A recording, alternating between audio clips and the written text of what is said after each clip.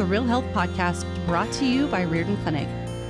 Our mission is to bring you the latest information and top experts in functional and integrative medicine to help you make informed decisions on your path to real health. Well, welcome everyone. This is Dr. Ron Hunninghake. We're at the Riordan Clinic, and I'm pleased to have our Director of Research, Dr. Michelle Niesley, with us today. Hello, Michelle. Hello, Dr. Ron. How are you today? I'm great. So what we wanted to accomplish today is to give the folks an idea of some of the new research initiatives that we're having. And you've been with us now how long? Almost a year. Almost a year. Mm-hmm. So we have a grand history of IV vitamin C research.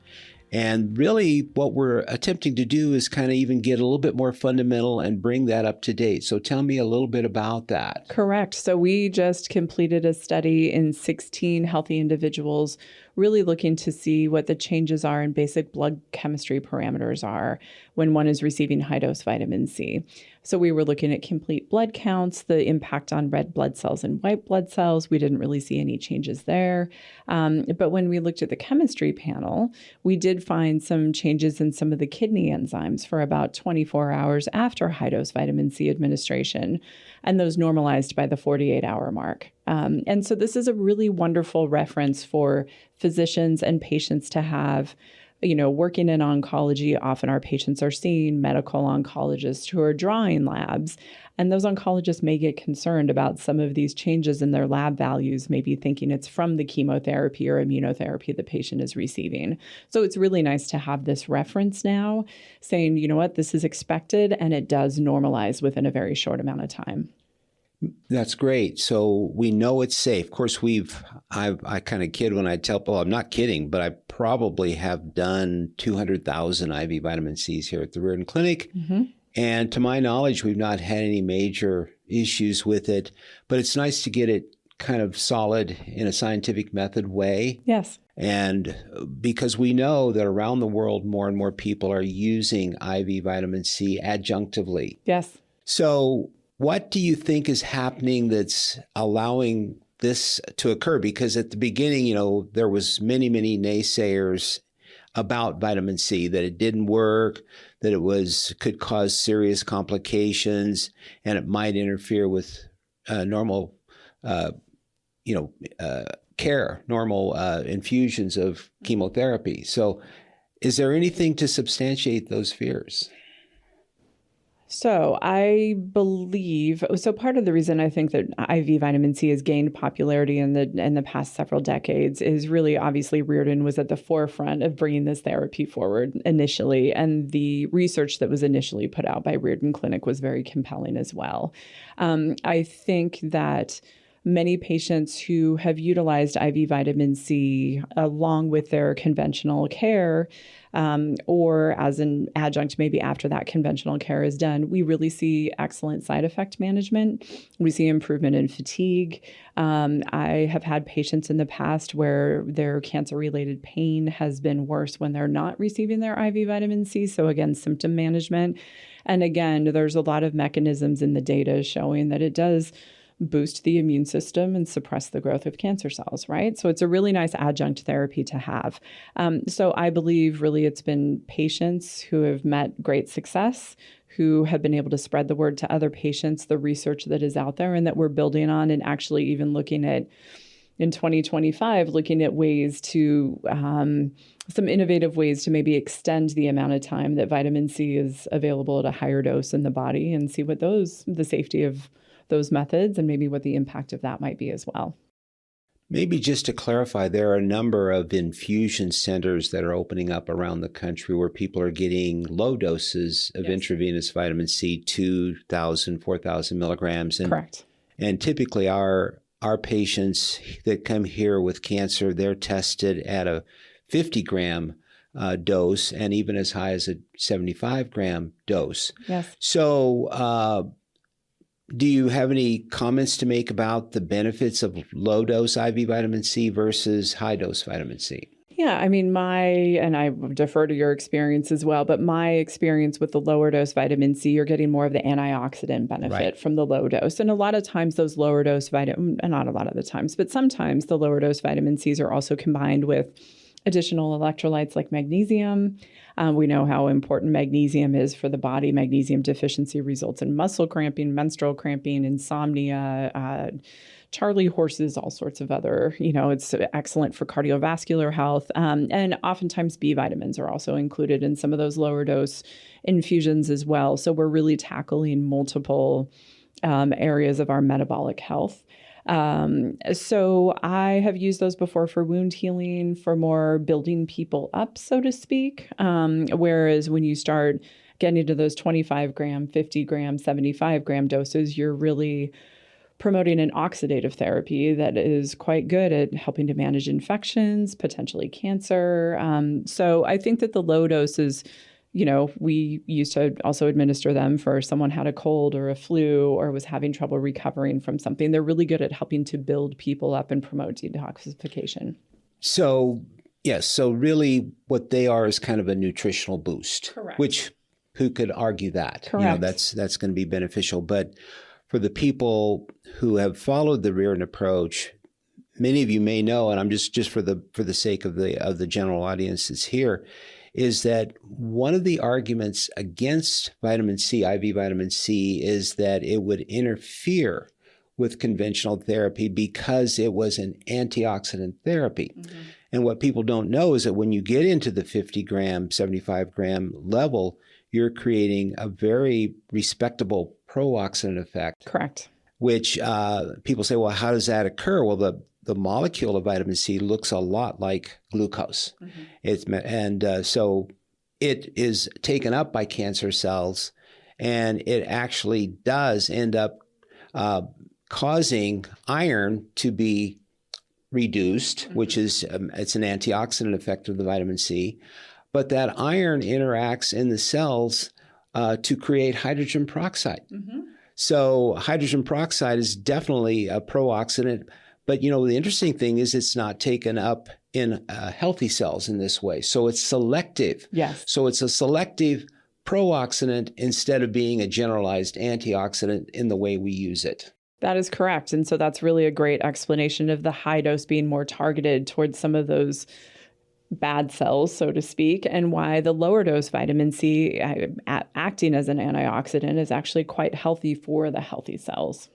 Yeah, and it reduces the side effects of conventional therapies without necessarily interfering with their functioning. But this is not widely known by oncologists or not accepted. And the half-life, so vitamin C doesn't stay in our system for very long. And so if there is concern about interference with some conventional therapies, which when you look at a lot of the data on the cell studies, most of the studies on vitamin C show either no impact on the conventional therapy or synergism, right? So maybe sensitizing those cancer cells to the chemotherapeutic effect of that drug. And so I really believe that if there is some sort of concern, you can space out the vitamin C and maybe not get it on the same day as chemotherapy, but it's not in our system for all that long. I mean, vitamin C's half-life is quite short. Yeah, we defer to the oncologist that's in charge of their care, so we're not pushing this, but it's just good to know that we're really not interfering at all, and that we're actually helping patients have a more comfortable experience with their chemotherapy. Very often, there's 12 or 13 studies now on improved quality of life for patients that are getting high dose vitamin C. Correct. So when you're in a cancer situation, there's a lot happening, and so vitamin C can actually help you feel better, build up your strength, help you recover from some of the negative effects of conventional oncology. Yeah. So what do you think the future is of IV vitamin C? Do you think there will be a more general acceptance of it, or is it still going to be a rocky road? I think that studies such as this very basic safety study that we did is really going to pave the way to acceptance by the conventional medical system. I think anything that is new and different always has a bit of a rocky road. And with integrative medicine also, usually the way drugs are approved, medications are approved is they go through phase 1, phase 2, phase 3 clinical trials, and then they get released to the general market. Often research in the integrative medicine setting, patients are using a lot of something, and so then we're going to research that. So sometimes it's almost done in reverse, that herb or that nutrient is already widely available, and let's see how far we can push the benefits of that particular substance. So I do believe that it will continue to gain acceptance, and building these bridges and working with conventional providers is really going to be important in allowing them to know that therapies like this exist. And also taking off on something that you said, during active treatment with chemotherapy, radiation therapy, there may be some cautions that we need to adhere to. But when we're looking at survivorship, right? And patients have completed their chemo and now are told by the oncologist to come back in 3 months. It's kind of left up to them to figure out how to eat. And, there's wonderful nurse practitioners and other providers that head up survivorship programs, but really this is a wonderful therapy that is still very supportive for the immune system, that just gives, tumor killing. It happens in a different way as compared to how the chemotherapeutics work. And so it's just giving, if there were any residual tumor cells, you're still creating this anti-cancer environment that is going to be helpful until we get those 3-month scans, to see where things are headed. So I really believe, and in the survivorship population too, you're not having to worry about that interference with chemotherapy, right? So you have a little bit more leeway to be able to dose without some of those precautions.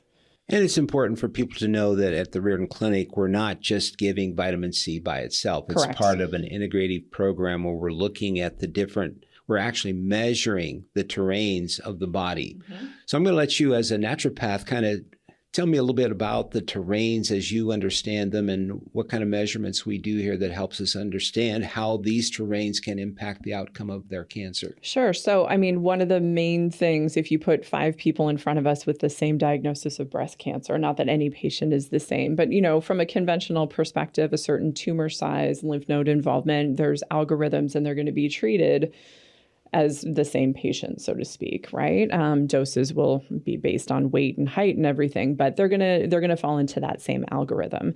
Here at Riordan and in integrative medicine in general, what we really like to do is look under the hood and try to figure out what potentially predisposed this individual to having this situation happen. And that's not only from a cancer perspective, that's from a complex chronic illness perspective, a metabolic dysfunction perspective, right?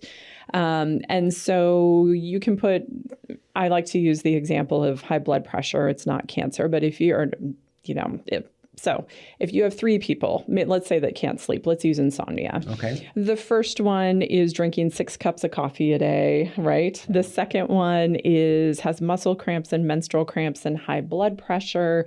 The third one is coming home and arguing with their spouse and then can't sleep, right? The first one, the caffeine is having an impact. The second one probably needs some magnesium.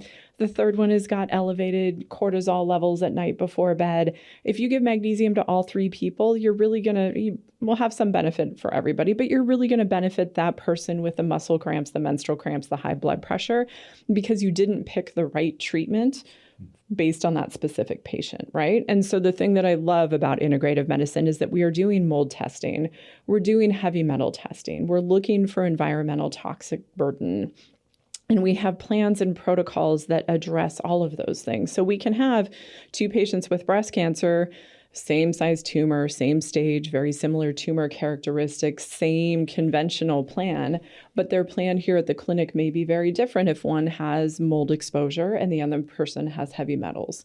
And so really looking under that hood and addressing the personalized specific situation, health issues for each patient, I think is what makes integrative medicine so successful. It's very personalized, and we are able to tease out what's called the biochemical individuality of that person. Yes. And unless you measure, and Dr. Riordan's mantra was measure, measure, measure. He was one of the early functional medicine doctors. Yes.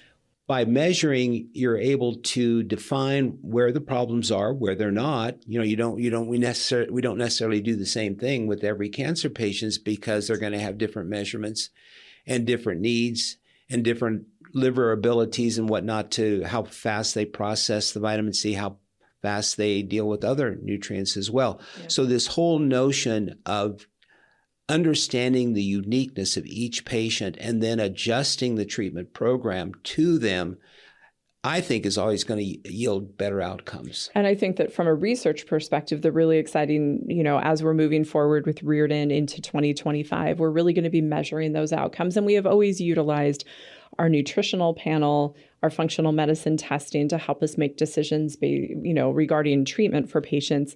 And now we're going to be implementing more quality of life questionnaires so that when patients first come in, we can know exactly how they're doing. And then 8 to 12 weeks in, having that data, and then being able to say somebody who comes to the Riordan Clinic with a diagnosis of breast cancer, if they have mold present over a 12 to 16 week, time period, fatigue reduced by 87%, for example, right? And so we'll have some of this data that we can really use to inform patients about what to expect.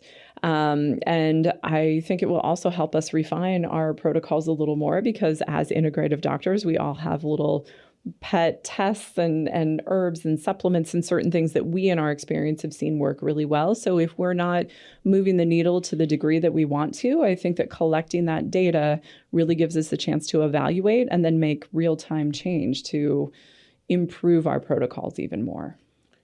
And there's another big new thing that we're adding to the Riordan approach that you've helped to start.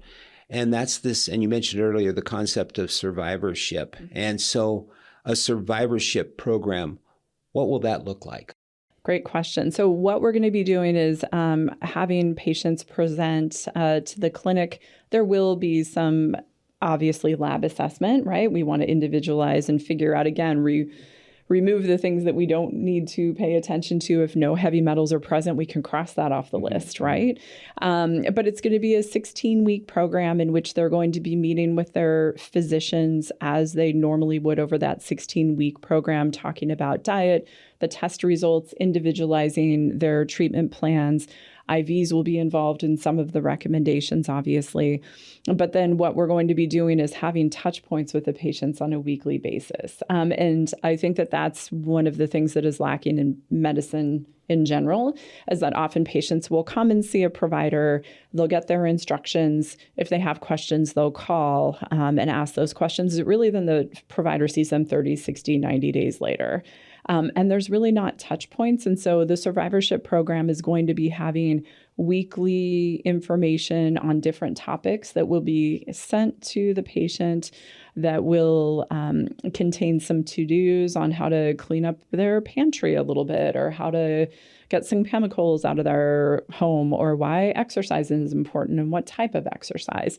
But really, and then some like a weekly online meeting where we can do some Q&A. And so really trying to enhance that patient journey and those touch points to make sure, cancer, navigating through the world of cancer research, or not cancer research, navigating through the world of cancer treatment and cancer survivorship is very challenging.